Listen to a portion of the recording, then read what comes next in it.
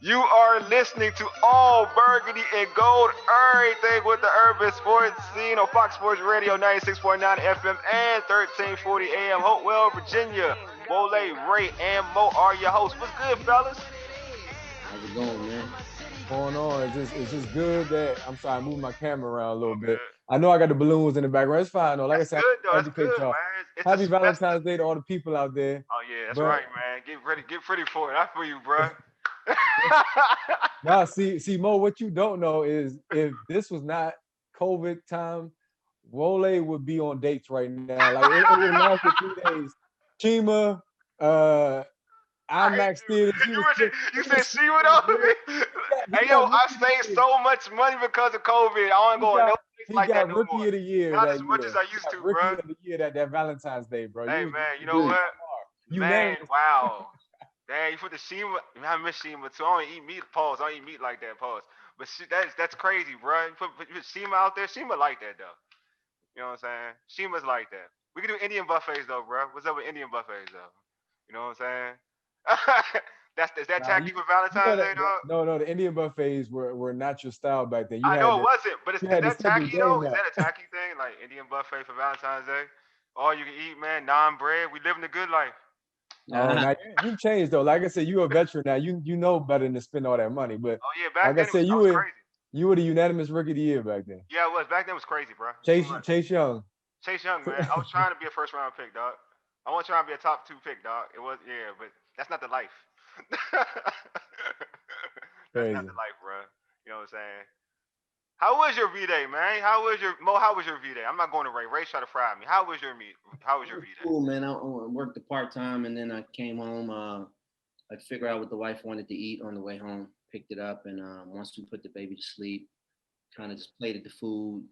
Put on the table some candles. Yeah, got our sparkling cider. All right, ho. All right, stop right there.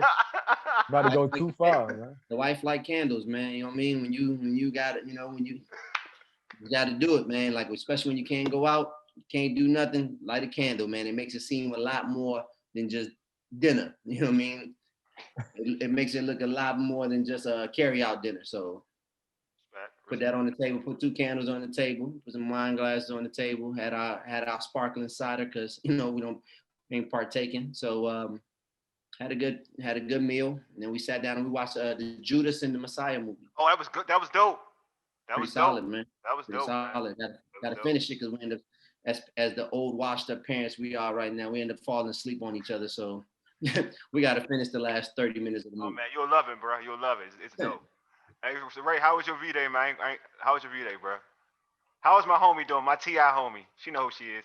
Oh, we threw a little sip and paint party here at the house. Dope. Like Mo said, we don't partake, so we sipping on grape juice, communion style. Love it. But yeah, we had a good time. I can show you my painting real quick. Hold on. Yeah, go, bro. You know what I'm saying? All right. All right. All right. Yeah, It's I'm ironic not that saying nothing. I'm not saying anything. That's it's you. You painted ironic. Yeah. that? Huh? I'm You about, painted I'm that? about to, I did. Oh man, it's okay, man. 80, I'm about to say 85%. it's ironic, man. I had a paint and sip for my wife on her birthday on February 3rd. My sister led it, a virtual one with all her friends and whatnot. That's dope. 25 Okay. of us. Yeah. So I just did the same. That's what's up, man. I just text Happy Valentine's Day to a bunch of folks. I felt good about my life. I felt very, very good about my life. Happy Valentine's Day. Happy V Day. Veteran moves. Real people do real things. That's good. Just try to make sure my name's still in play. You got Uh, tools, you know man. what I'm saying? Subscribe to our podcast on Spotify, Stitcher, iTunes, and Google Podcasts.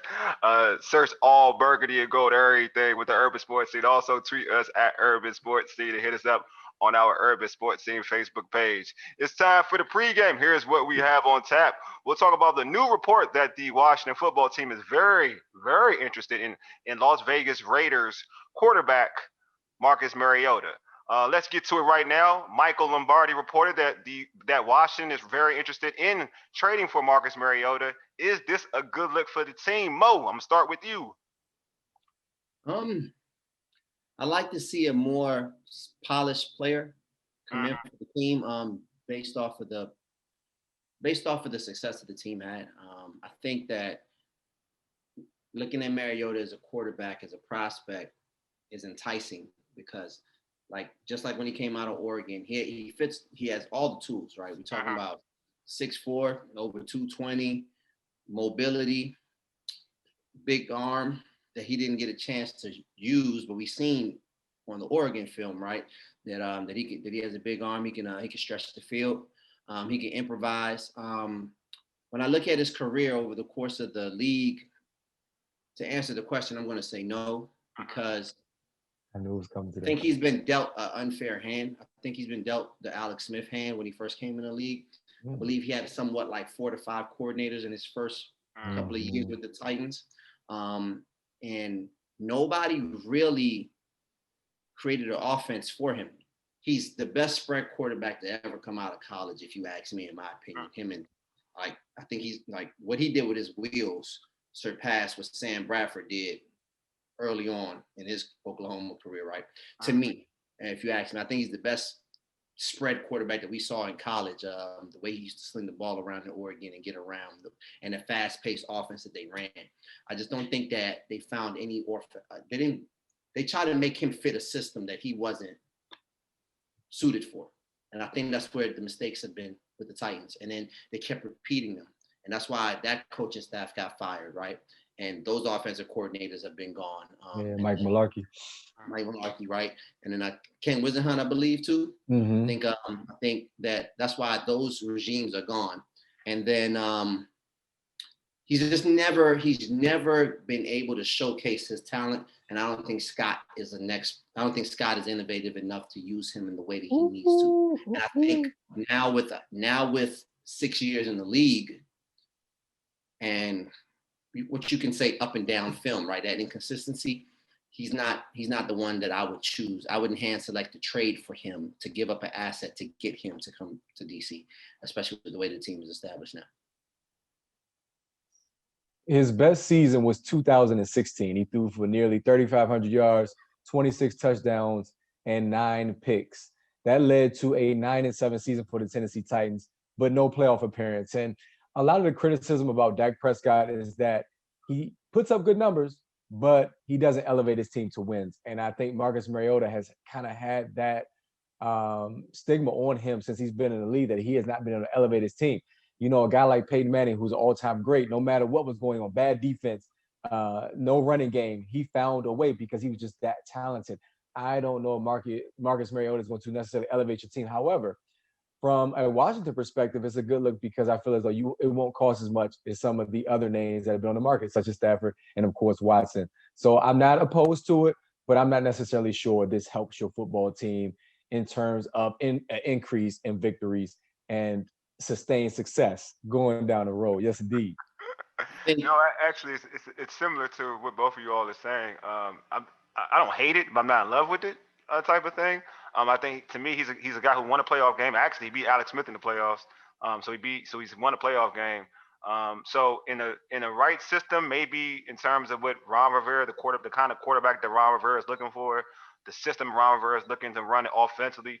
Maybe it's a fit knowing that he has a guy like Antonio Gibson in the backfield. He thinks that he can have mobile quarterback matching up with a running back with speed, can give defenses problems. So I'm guessing that's what Ron Rivera is thinking in terms of having that type of quarterback to run that type of spread offense. But again, it's all about what do you bring to the table for Mariota to be successful. What Mo's been saying for a while about you have to put a guy like Mariota, you got to bring talent around him to make him to emphasize his ability, emphasize his talent, along with the individual calling plays for him offensively. So it's about, all right, you just can't have Scary Terry. You got to have Scary Terry and something else. You're going to have Logan Thomas is now going to have to take his game to another level. He played well this season, but he's going to have to take his game to another level because, again, he still had a good year last year, but for a guy from Marcus Mariota to be very successful, he's got to take that to damn near elite-ish type of tight end. So it depends what you bring around Mariota.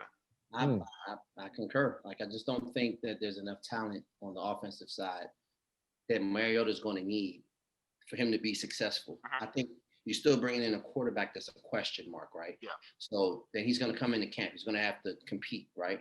And I don't think that I don't like look at the Tom Brady effect in Tampa Bay. Tom Brady came in even though he's the most accomplished, right? So this might be too far of a stretch, but like having a guy that come in that has some clout, some substance behind him will go a longer way for this team than to bring in Mariota with the question marks that he's had and the checkered past that he's had in terms of the up and down play. Even though he does have that playoff win, and he was the number 2 overall pick in the draft, it doesn't fit like a glove to me. I think that if Mariota was coming and there was a quarterback that was a little bit better than him, and he was coming to compete with him, they can push each other. Yeah. But him coming in, like I'm valuing him over Heineke. Yeah, I think you should. I'm valuing him over Heineke, right? And with the question marks with Alex, I don't know which question marks are. I don't think he's a starting. I mean, I think he may come back, but I don't think he's gonna be. I think he won't be tired, but he's not coming back as a starter on this team. I think he will want to come back, but Alex. But I have those questions. Yeah, I have those question marks, and with those question marks. No, I just don't see it with those question marks. Yeah, they're valid question marks. I think to your point, if you're trading, because there's rumors about trading a second, third round pick for a Mariota, something like to that effect.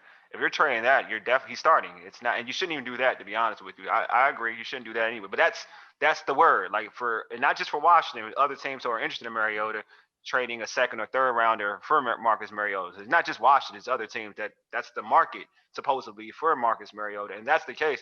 It's not worth it because again, it's about what do you have on the free agency side compared to the guy that you're going to trade for. You know what I'm saying? Like that's how you look at it. It's like, okay, I can get Marcus Mariota, sure, but I'm giving up a second and third round pick, and those individuals can help my ball club around the board. I can keep those picks, get a quarterback here in free agency, and boom, Jameis Winston. I'm gonna use Jameis not to say we're gonna get him. Just an example. They came out in the same draft. They're the same age. He's probably gonna be a free agent. I can try to get Jameis, who's the same age, and it's just to me better than Marcus Mariota in terms of being a quarterback in this league. Or there are other options. There are other options there are other options out there that you can get rather than trading for. Right. To your free agent point, right? To your free agent point, and looking at here's somebody that I think that's out there that doesn't have a great reputation either, but has done some successful things. He's done some things that's similar to Baker Mayfield in the league. He's made the playoffs a couple of times. So Mitchell Trubisky, like you don't have to give up much. You're not going to pay him much, right? He has talent also. Like, I know your point. I get your point. You know what I'm saying? I'm not saying that he should come here, but I'm just saying if you're gonna look at the quarterback market instead of trading a second rounder for Mariota, like come on, if you're gonna do that and end up with Mariota and all the question marks he has, you can do the same for Mitchell Trubisky. Yeah, just spend some money. That makes sense. That does make sense. Yeah, spend some money and keep your assets. Yeah. Does make sense. And it's the same thing about competing. Like they still have to compete regardless of them being a favorite. And to me, this is my opinion. Once you start, like, if you get a free agent, then you can even though it may not be true, but you can school me to a competition aspect.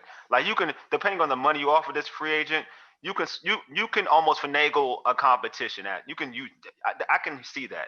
But when you were talking about trading a second round, third rounder, to me, you've already been too invested into that particular player. Ray, you had something to say. I don't want to. No, not at all. I didn't have anything to say. I just was agreeing. Once Mo made the point, I kind of changed my thought process because initially I'm like, we done went from talking about possibly Matthew Stafford or Deshaun Watson to Mariota or Trubisky. It's like, man, it's like the level of quarterback talent out there. Everything, man. It's everything, bro. But it does make sense. And Washington needs to get this right. I'm going back to what I said weeks ago. You just build through the draft. I feel like you can bring along a young quarterback and you can merit similar results as a Trubisky or Mariota, honestly. Even though I like Mariota, I like that he's athletic. But in all of this discussion, the wild card, of course, is Scott Turner. Is he be good? And I mentioned it on our earlier pod. Is that his day one? Because if it is, then it's going to be a learning curve and it's going to take time.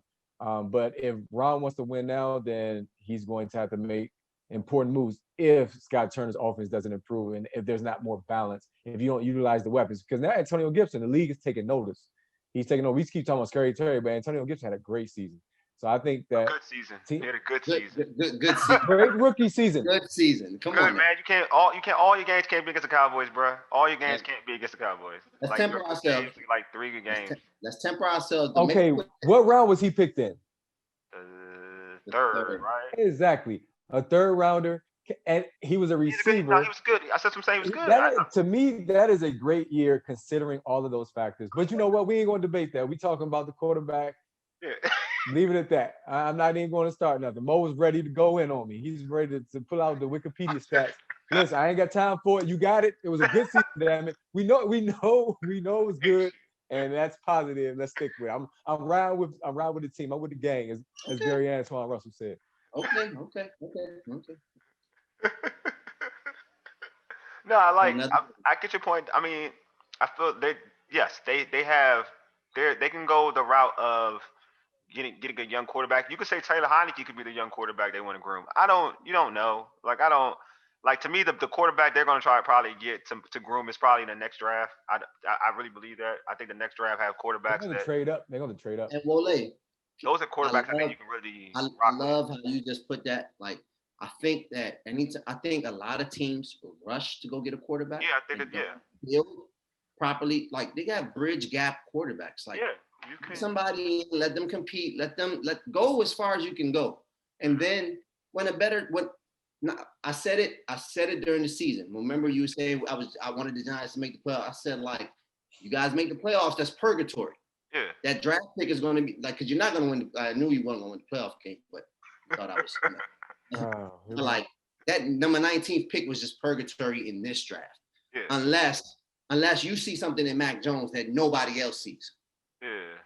And I think Mac Jones got elevated from like a third or second round pick to like a first round pick. It went always a first round pick. Because of the numbers at Alabama, we know he's the only quarterback in America playing with 15 NFL players. Mm-hmm. You know, so you got to take that with a grain of salt. And like I said, I just knew that 19 was going to be a rough spot in the draft. Man. 19 is going to be a rough spot. I hope they find a jewel at 19. No, I think 19 I think they can get a good pick. We hear about this in and out, week in and week out. I think 19 they can find a very good player. It don't have to be a quarterback. See, my thing is that I've always said this about quarterbacks, and you heard me say this before, right? Like, they get too much credit. So to me, there are a bunch of stellar players that you can get non-quarterback in this draft at 19. You don't have to get a quarterback. Like, right. If it depends on whose falls, there's going to be a player that's good that's going to fall to them at 19. It's up to them to decide if they want to get that player, or if they want to force themselves, or their thought process is quarterback to a point where they reach on a quarterback. That's the problem with most NFL teams. Most NFL teams, because they are so hungry for a quarterback, it may not even be the right draft to get a quarterback. Like there are quarterback drafts that aren't good, that quarterbacks go 4 or 5 in the first round. You know the quarterbacks aren't that good. You know the class isn't that good. Like, this class of quarterbacks isn't that good. Like, it's not compared to other class of quarterbacks where we've seen in some odd years when they were like a row of 5 quarterbacks that legit from day one in college, they were saying they were first round picks from day one in college. And talking about day one of that season. You know, now we're to a point where the season has kind of played out. Now we're saying, oh, this person's a first-round quarterback. This one's got a first-round grade. It wasn't like that initially. Typically, when you know off the bat that you're going to have 3 to 4, if there's going to be a good quarterback draft, 3 to 4 good ones. Like, you already knew if you paid attention to the kid in Oregon. Like, you knew for a while he was a first-round quarterback. The kid in Oregon who went to the Chargers. You knew that from day one. He was always highly touted. Always highly touted in Oregon. You know what I'm saying? His last year wasn't his best year, but he was always highly touted. He was the one. Yeah, for real. He was rated number 1. He was supposed to be the first quarterback drafted. Yes, exactly. Same. Like, so you knew Tua was going to be a top pick. You knew all those dudes. So you knew that draft class was going to be pretty good for a quarterback draft class. This quarterback draft class, beginning of the season, it was only 2 quarterbacks folks were really talking about. To be real with you, it was going to be Field, and it's obvious it was Trevor Lawrence. Everybody else is now, like, kind of the kid from BYU was now coming into play. Now you got Bama coming to play.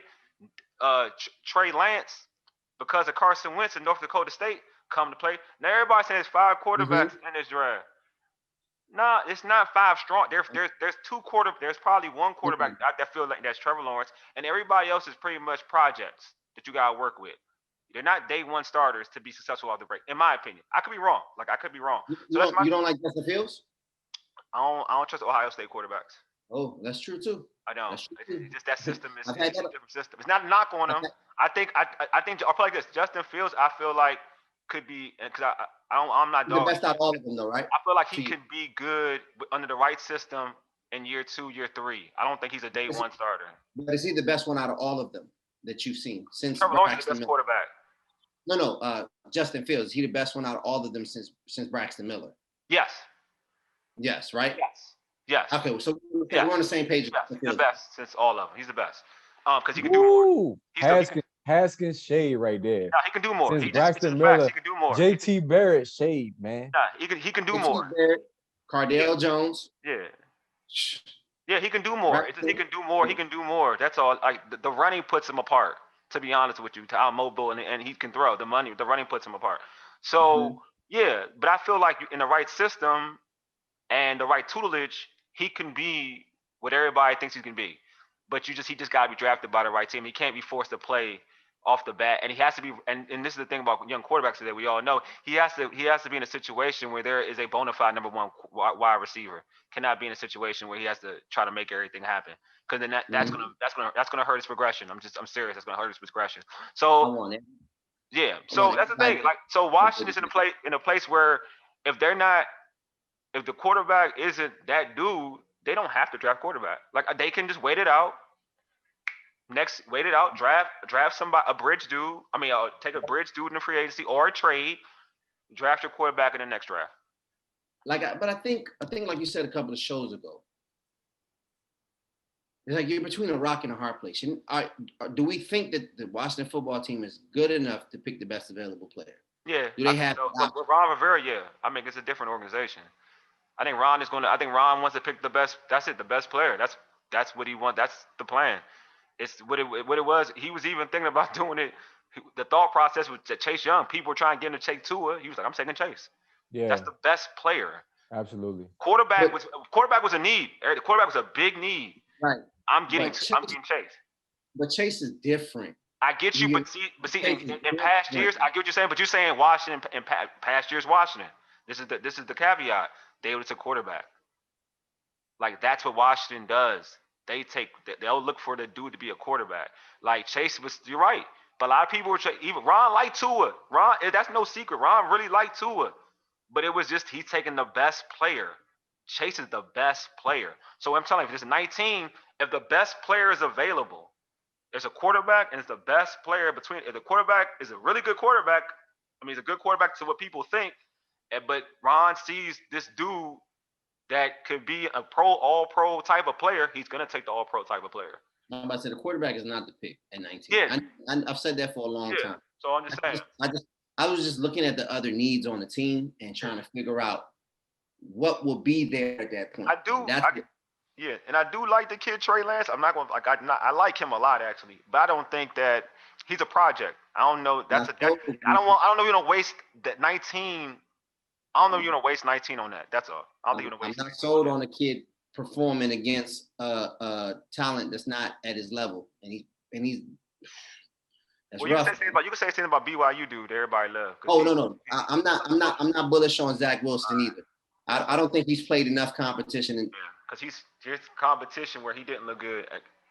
And then I have a former athlete of mine that played at Coastal Carolina this year as a DB. So I watched that game closely, and I was watching him in that game, and it's just I'm not as sold on him as the media is. I think that Justin Fields is getting disrespected. No, I think his ability. Like, Ray likes Justin Fields, Atlanta. He wants him to go to Atlanta. I think his ability. I'm being real. As a Michigan fan and whatever, he has a lot of ability. It's just that you start to look at the system of what Ohio State. I get it. Like, I get it. You know what I'm saying? Like, I get it. I get why people are. And the kid wasted a year going to Georgia, knowing that Jake Yeah. Fromm just took them to the national championship. Like the same kid that I watched Zach Wilson play against was at Middle Tennessee 2 years ago. And I went to that game and watched Justin Fields live as he was a freshman. Yeah. And saw him, and I was just like, I mean, he's not going to play here because the coaching staff was married to Fromm because of what he done. Yeah, because Fromm didn't look good that year. I'm not going to he did his thing. You can't take me to the national championship and then I bench you next year. I know. That's just it. I asked Jalen Hurts about that when Tua came and saved the day. Yeah. I'm sorry. It's tough sledding, man. It is, man. Like I get he should have transferred. I get that. So he just went somewhere from Jump Street, and I think Justin Fields, his perspective would have been a lot bigger than it is now. I think the bowl game, in the championship, and the playoff series kind of helped him this year, and because he showed that he was tough, and he outlasted Clemson in that game. But, yeah. It's going to be tough. It definitely is going to be it's going to be tough in terms of what Washington wants to do via the draft, or if they're going to make a trade for Mariota. Again, I think Mariota, if they get him, I can see a situation where it works out. I'm not sure if he's a long-term answer for this team, but who knows? And Tennessee didn't think that Ryan Tannehill was going to be the long-term situation. It seems like they're going to roll. They're going to rock with him for a minute.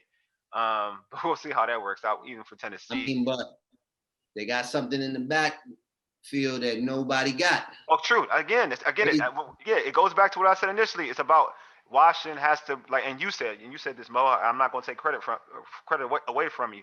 It's about what Washington puts around whoever they bring as the quarterback. That's what it's about. It's about whoever they build around them. So they bring in whoever. They just not just having one running back, maybe having another guy. You know what I'm saying? Taking a different bringing in an extra tight end to help out, or obviously bringing another playmaking wide receiver at the number 2 spot. So it just depends what Washington wants to do to build around that quarterback. Because again, it's just not the quarterback unless you got an Aaron Rodgers. You got to build around the quarterback. Everybody isn't that guy. You know what I'm saying? Even Tom Brady, even Tampa wanted to give Tom Brady help, and that's the great Tom Brady. So you got to do the same over here in DC for a lesser quarterback. I'm about to say I like AG 24. He just ain't 22 out there in Tennessee. You know what I mean? No, he's not. I loved it. I loved his 11 touchdowns, and he showed you flashes and whatnot. But the run game got to get so much more consistent for these level of quarterbacks that we're speaking of. Outside of the Matt Staffords and the Deshaun Watsons and whatnot, that can make lemonade out of anything. You know what I mean? Exactly. So.